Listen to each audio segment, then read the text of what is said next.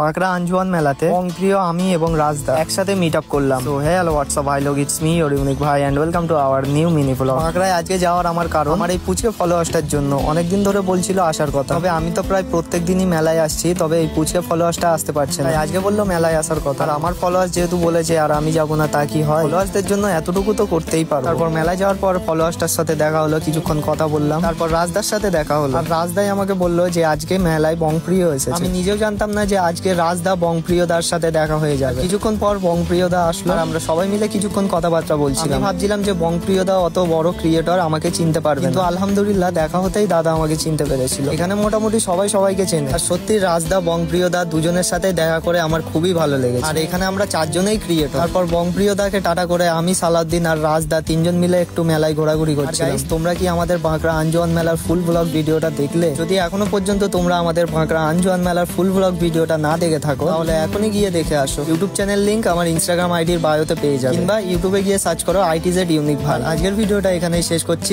দেখা হচ্ছে অন্য কোনো দিনে নতুন কোনো ব্লগ নিয়ে। Tata guys.